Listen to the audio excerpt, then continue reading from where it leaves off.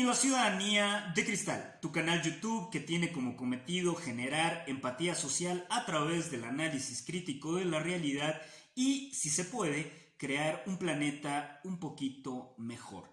Si te gusta el canal, por favor suscríbete, si te gusta mucho, dale like y si te gusta re mucho, dale re like. El día de hoy el programa se titula Televisa asesinó al Chavo del Ocho. El consorcio oligopólico Televisa se constituyó durante 3 generaciones en el quinto poder.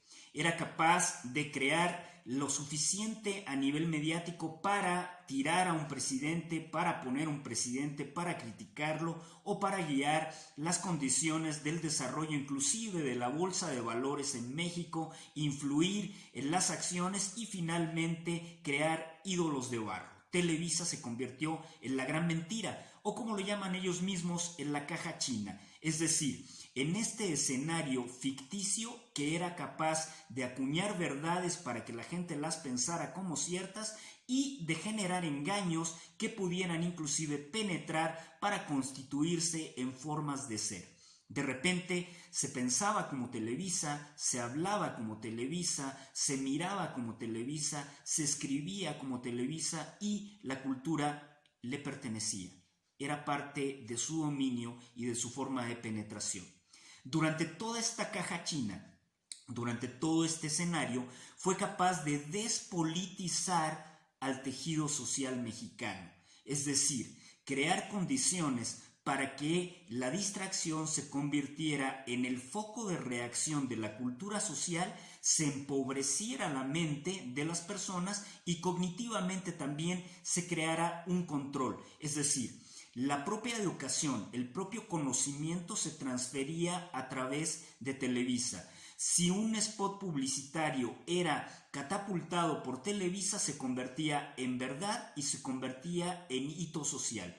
Y los intelectuales, los verdaderos intelectuales, estaban segregados de Televisa, estaban al margen de Televisa. No podían jugar dentro de la empresa o dentro de esta gran empresa de consorcio oligopólico. Finalmente jugaban fuera. La educación de verdad se quedaba fuera. La cultura de verdad también era expulsada de Televisa y se construía dentro de este escenario otro tipo de intelectuales. Intelectuales de nómina, intelectuales corruptos, intelectuales que en determinado momento eran pagados ampliamente para decir ad hoc lo que la televisora quería. Se sabe también históricamente que dentro de las 3 generaciones de personas que han controlado Televisa, en este caso Emilio Azcárraga Vidaurreta, Emilio Azcárraga Milmo y Emilio Azcárraga Llán, han sido capaces de redimensionar este producto a nivel financiero y hoy ser competidores de cadenas televisivas en los Estados Unidos y también en Europa. Eso no queda al margen de la confusión y más aún, han sido capaces de penetrar a América Latina con distintos programas, sobre todo en el marco de las teleseries o telenovelas que penetran a diferentes países y que también generan un control de orden social a través de la propia visión que tiene Televisa. Históricamente hubo una telenovela que causó un hito que se llamaba Los ricos también lloran, que hacía parecer que los sectores empoderados, que los sectores de élite tenían problemas y eran de carne y hueso. De hecho, los hicieron pasar como de carne y hueso. Y esto se alejaba de condiciones reales del sufrimiento histórico de la sociedad mexicana que anhelaba finalmente seguir siendo pobre porque los pobres parece que también tenían el derecho a la felicidad y también eran felices. Si los ricos también lloran, los pobres también ríen. Cuestión brutal, cuestión que habría que poner en tela de juicio cuando se trata de calificar la riqueza como forma de desarrollo humano.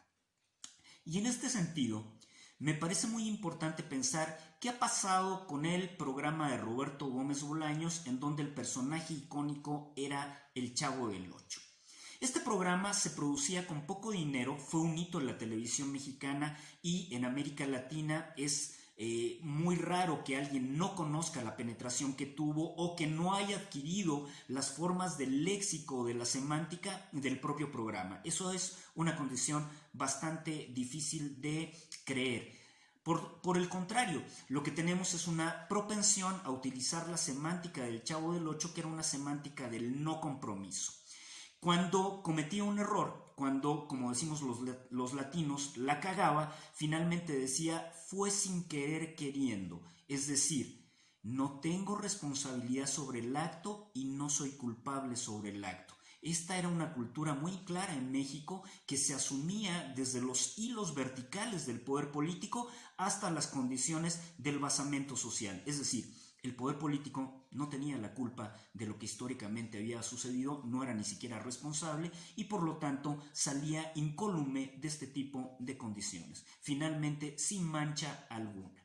Y el programa finalmente ha llegado a su fin, pero ha llegado a su fin no porque no se pueda reproducir y no porque no se pueda recrear con diferentes condiciones inclusive de marketing. Recordemos que el Chavo del Ocho tenía un marketing especial dentro de la venta de publicidad y dentro de las asociaciones dentro de la publicidad. De repente la imagen del Chavo del Ocho lo mismo vendía una galleta que vendía un dulce. Es decir, se había convertido, había cobrado vida dentro del apetito de consumo social y trascendía a través de ese apetito de consumo social que dominaba finalmente Televisa. El emporio lo dominaba y tenía el dominio también sobre el uso del programa y sobre el uso de personajes, que esto fue muy importante y que llegó a construirlo con el creador Roberto Gómez Bolaños, Chespirito, el famoso Chavo del Ocho.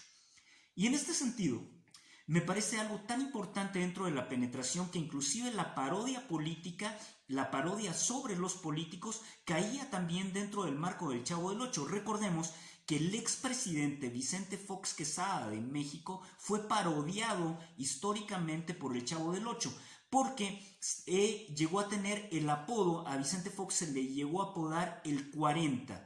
¿Por qué el 40? Porque decían que era 5 veces más pendejo, más estúpido que el Chavo del 8. 5 por 8, 40, por lo tanto el 40 era Vicente Fox. Y esta condición también creó una serie de estelas y desencuentros a nivel de la América Latina. En el caso concreto de Argentina, los argentinos llegaron a quitar el programa y llegaron a criticar el programa porque se señalaba que los niños no podían ser tan estúpidos, de crear un humor tan estúpido y tan vehementemente tonto que pudiera penetrarlos mentalmente. Como diría Sartori, esta sociedad teledirigida en determinado momento también se rebelaba a ciertas condiciones del control audiovisual que tenía finalmente Televisa y que era capaz de estremecer a nivel de América Latina. Pero esto no es solo lo importante. Lo importante también tiene que ver cómo Televisa, como quinto poder, era capaz de construir diferentes escenarios. La caja china, esta estela de condiciones que creaba engaños y que los hacía parecer como verdades. Estas condiciones han estado presentes siempre y el Chavo del Ocho, como programa icónico a nivel cómico, también generaba esta estela de empatía de la sociedad vertical que existe en México. Es decir, la élite del poder utilizó al Chavo del Ocho para dar a entender que la vecindad era México. Es decir, que México era un México empático a través de los sectores desposeídos, los sectores que menos tenían, los sectores que históricamente eran vulnerados y que este niño penetraba el alma siempre de las personas y que lo mismo era el lenguaje de la clase política empoderada que de los sectores políticos no empoderados. Esto era sumamente claro y trascendía históricamente, iba y venía una y otra vez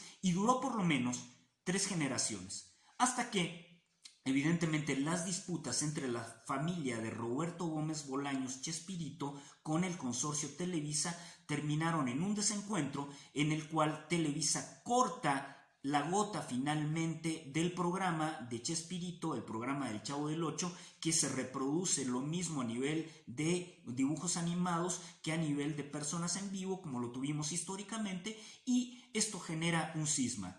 Se habrá perdido históricamente el léxico, pero llegarán nuevamente formas de controlar dentro de esta visión, dentro de esta semántica, dentro de este léxico a la sociedad mexicana. Hoy tenemos dentro de la barra cómica N cantidad de programas y esa N cantidad de programas se han vuelto nuevamente el léxico pobre de la sociedad mexicana. Televisa nos empobrece, Televisa nos insulta, Televisa nos utiliza y Televisa nos idiotiza.